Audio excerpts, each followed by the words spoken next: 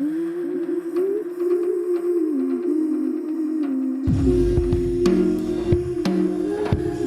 are listening to Unity in Our Community on Radio Cardiff 98.7 FM.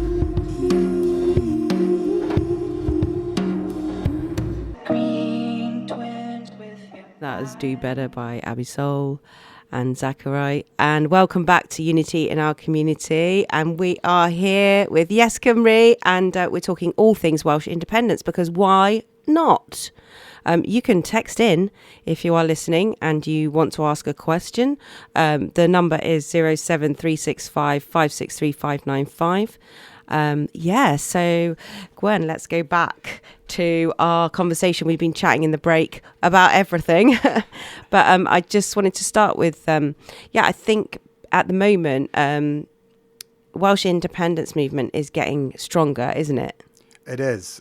It's very interesting. I'm a bit of a data nerd. I've got Oh, to that's be honest. good, because I'm not. Well, I am, absolutely. I'm going to put my hand up and confess that I am. And yeah. The data's been really interesting. There's two interesting things about the data. So if you go back 9 years to just before the Scottish independence referendum, there was a single Welsh poll just before asking the independence question, and less than 10% were in support of independence. And we then had one poll a year all the way up to about 2018.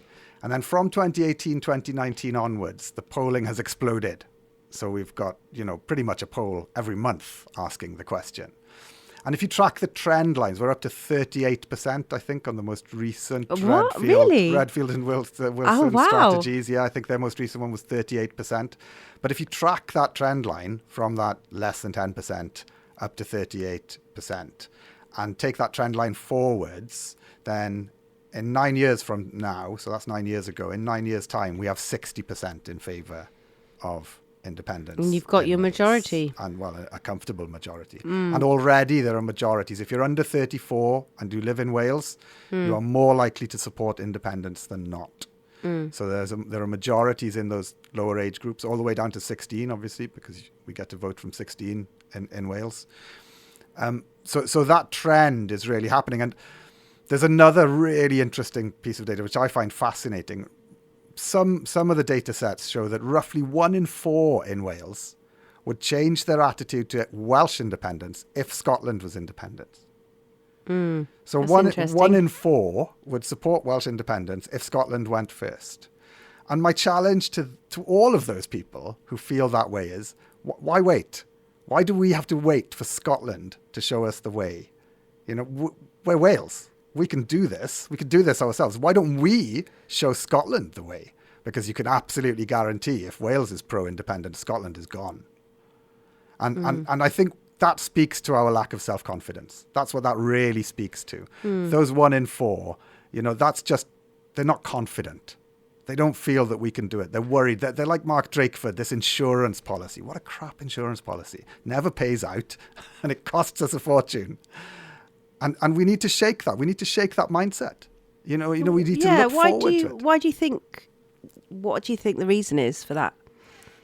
Well, it's very hard, isn't it? When you've grown up in a certain straitjacket, an economic straitjacket that's been imposed on you, being told that someone else is going to make the decisions for you. You fall into that habit, and you have to think yourself out of that habit somehow, haven't you? You've got to really stop and think and assess and address why you feel the way you do.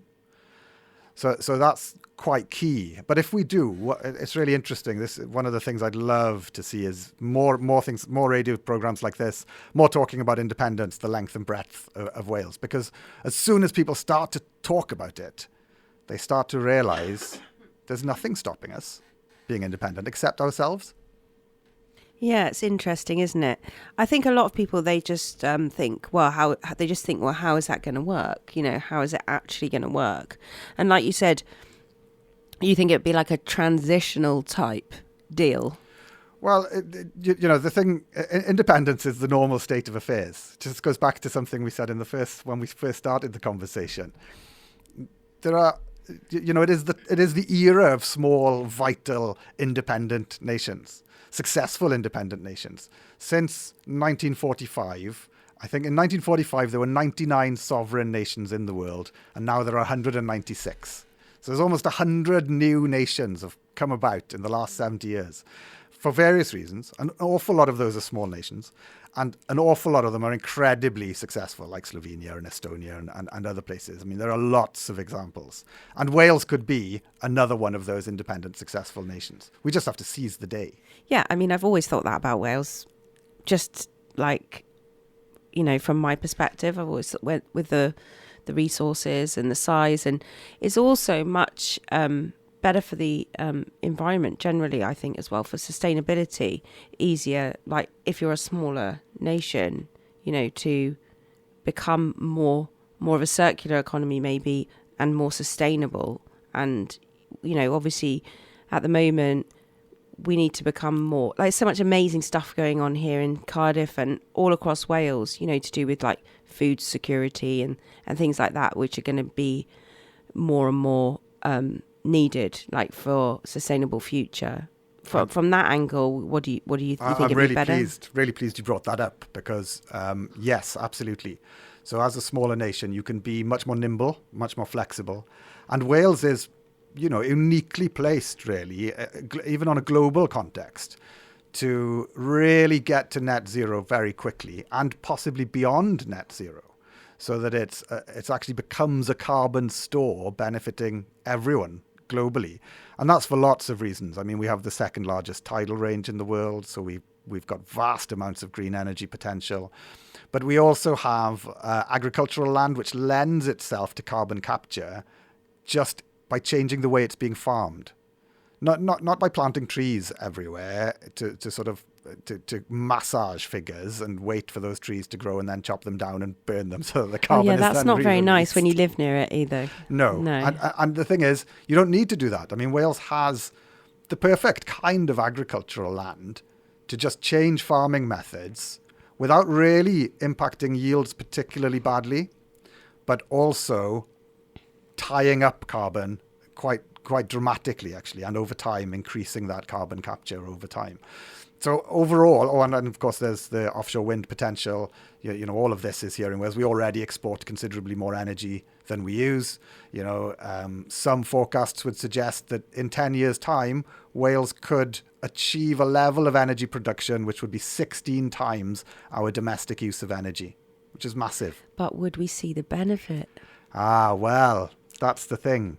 At the moment, we can't even change the economic structure and framework so that we can see the benefit. So we have no control over that. We have no control over the energy market, and we have no control over the framework within which our economy sits. So everything that the Senedd does has to be done within the context of the UK economic framework, and that is not designed for Wales. You know, you would not design an economic framework for the UK for Wales, because Wales is just a small part of, and it has a different shaped economy. You know, we have a very different economy to the majority of the UK. And there is no way that that's going to change without independence. You know, if Wales wants what's best for Wales, it has to do it itself. It absolutely has to. But we have so much potential. We just need to be set free. Think how innovative we would be with the self-confidence that came with independence. It's transformative for all of us. Yeah, I mean, I think there's so many positives to it, and I can see why people. Why do you think? Like, you think people are gaining confidence in the idea, or do you think it's just because at the moment we're kind of like watching some kind of, like, I don't know, a destruction of our society as we know it. I don't know what's going on at the moment, like with the state of affairs with politics and things like that. I find it quite surreal at some points, you know, especially like we were talking earlier, you know, about like things that are said actually out loud today. Like, I just find it absolutely shocking. Yeah, it is. And there's a lot of things going on. There is definitely fatigue with the union. And that's not just in Wales. We mentioned it earlier, but fewer than half of the population of the United Kingdom, so all four nations together, not a single nation is actually strongly pro-union. You know, it's just indifference mostly. So there's some fatigue with the union. There's definitely fatigue with politicians, and there's massive disengagement. You know, nothing changes, and you can feel that. So there's a negative there. But the thing that strikes me the most is that out of that negative, as people realize there's a different future, that brings hope, and it does bring confidence. And as soon as you realize that we can be more, that it's Barack Obama's phrase, isn't it? Yes, we can. As soon as, also Fireman Sam, isn't it? I think. So as soon as we realize that, yes, we can, that in itself is empowering. Because once you realize that, yes, Wales can, then all of a sudden your mindset shifts, your doubts fall away, and hope replaces that, and optimism. And in that hope and optimism, you then get confidence. And once you have confidence, you can then have ambition. And once you've got ambition, you can change the world. Yeah. How do you think the political class in Wales feels about Welsh independence? So that's really interesting, because we obviously, so the Green Party and Plaid Cymru are both pro-independence parties. And then we have unionist parties, which are reflections of the unionist parties across the border. And you can already see some tensions within those unionist parties. You know, the Conservative Party is destroying itself in a different way. But there's definitely tension within the Labour Party between UK Labour and Welsh Labour. There's definitely a gulf between what little there is left of the Liberal Democrats in Wales at the moment and their counterparts across the border. But we haven't yet seen the bravery in the political classes in Wales. So we know that 55% of 2019 Labour voters in Wales are pro-independence. That's a fairly consistent number now across the polling data sets. So more than half of Labour's voters in Wales are pro-Indy. In theory, that means there should be 15 pro-Indy MSs in the Senedd. But not a single one has broken cover yet and said... What do you mean broken cover? Actually come out and said... Come out, yes. Yeah. Come out of their independence closet and said, I'm pro-Indy. Yeah. And that's to do with how firm Labour's control is. Something we've seen recently. So in the constituency selection process for the general election that's to come, Keir Starmer centrally has imposed the candidates he wants on Wales. Really? Oh, that's interesting. Frequently and in lots of places. You know, so, and that's the ones caused that some agree anger. with him mostly. Yeah. And he's very much carried on his crusade against anyone who has any left-wing policies within Labour, because they you know, more broadly and centrally, UK Labour is definitely to the right of Welsh Labour, and that gulf is getting bigger, and that creates tension, doesn't it? And it creates all sorts of tensions. And I would love to be able to apply pressure on the unionist parties in Wales to break cover, so that some of them feel that they feel the confidence, feel that they can actually reflect the opinions of that 55% in the Labour Party's case, rather than the 45%, and feel that they can come out without losing their seats, without being deselected by the party faithful. And that's the key, isn't it? One way for us to do that in YesCymru is to grow our membership. The more members we have, the louder our voice becomes. So if there's anybody listening, please join.